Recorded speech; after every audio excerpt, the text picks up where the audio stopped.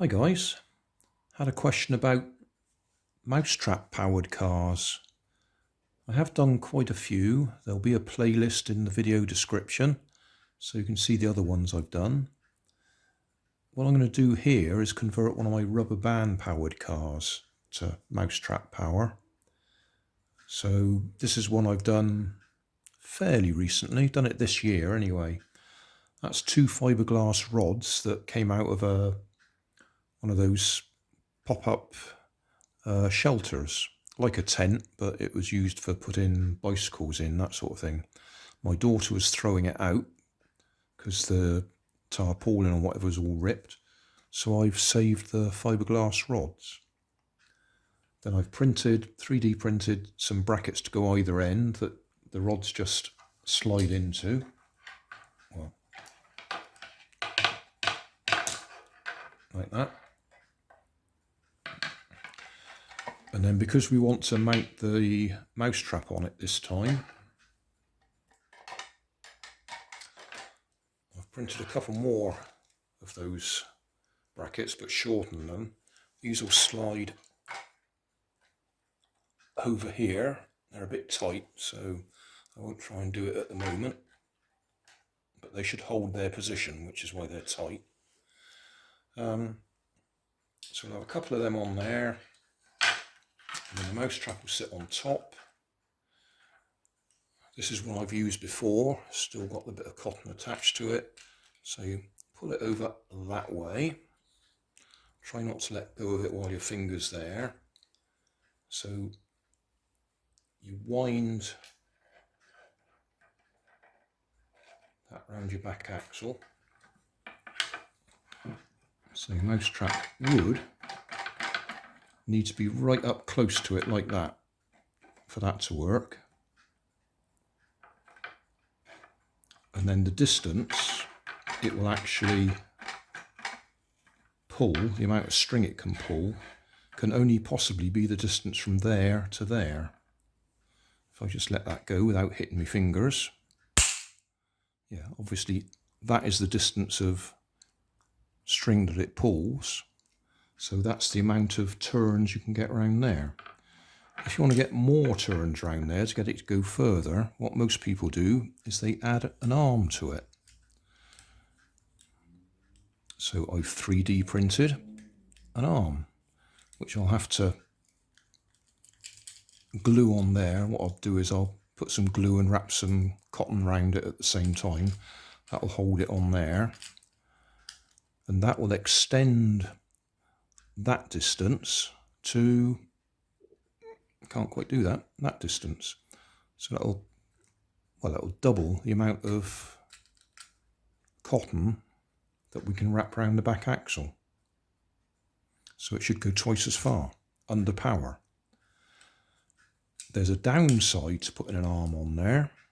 The longer the arm is, the less power you have, because you've only got that spring there doing the actual power, and the longer the lever you put on it, the harder that spring has to work to actually move that lever.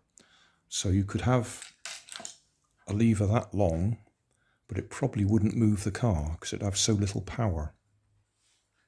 So somewhere between the two will be the optimal size arm for your car. Depends on the weight of the car. Anyway, I've just printed that one at random. It's, I think that's 110 millimeters long. So that'll give us 220 millimeters of cotton to wrap around the back axle. Right, well, that's the sort of long rambling introduction. I'll put it together and we'll see if we can get it to work. Right, a bit of a jump there, but we're all assembled and wound up, so we'll see if it works. We may well get wheel spin.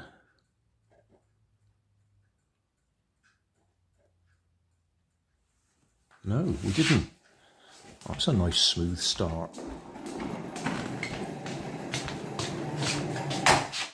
Right, and travel that distance, we've only used half the available length, because that can go all the way over to there. So we just did 8 meters with virtually no trouble at all. Well, with no trouble at all. I'm just wondering if I can turn this around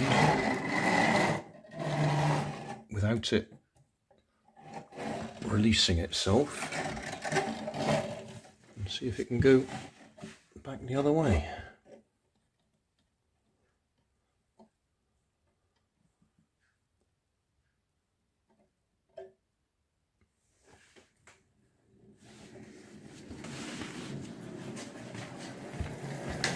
There we are, that's used all of it now. So we've done twice the length of my kitchen and conservatory. Single length is about 8 meters. So we've done 16 meters. And it would have gone further because it hit the wall. Well, that's quite satisfying. So that clearly worked.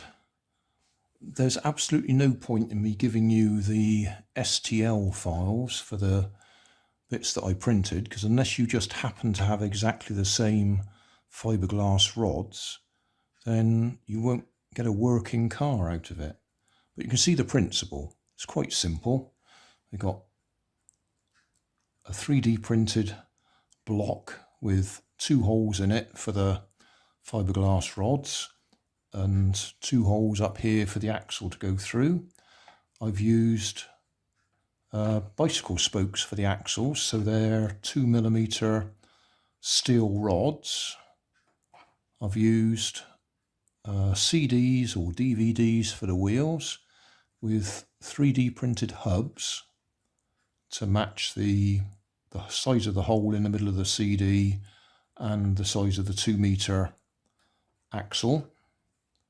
That particular CD or DVD has delaminated. As you can see, it's split in 2. That's because I was, well, that's a different episode entirely. I was trying to put acetone on them, see if I could dissolve them. Anyway, back to what we're talking about. Then we got 2 cross members there that I've just super glued, the Mousetrap 2, and then I 3D printed that extra arm to lengthen the Mousetrap arm and give us more string, basically. And you need to arrange that piece of string so it's just the length where it will fall off when the arm's fully down, because it's got to fall off. If it doesn't fall off, it will get wound up again as the wheels continue to revolve, and that'll act as a brake because it will just suddenly come to a stop. Whereas if it falls off, the car can freewheel for another 20 meters even, if it's built up enough speed.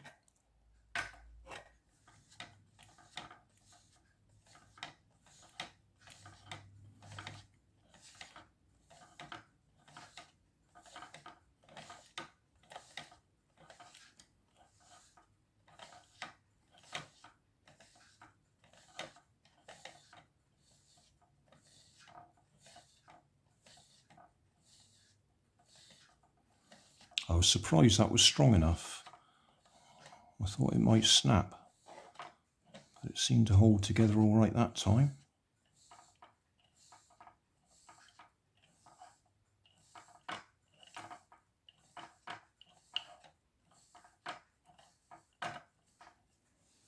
It'll probably snap this time. Well, that worked okay.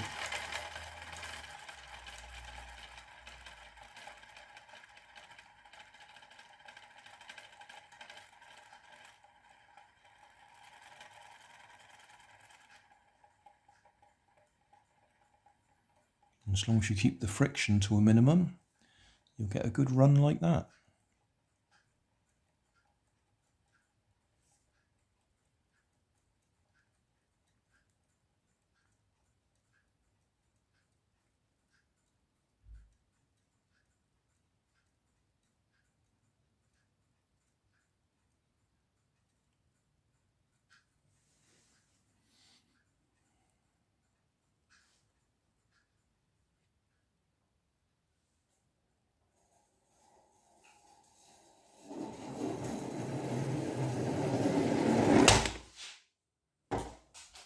Thanks for watching.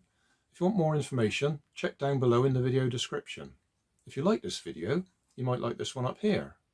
And if you want to subscribe, you can check out my channel over here.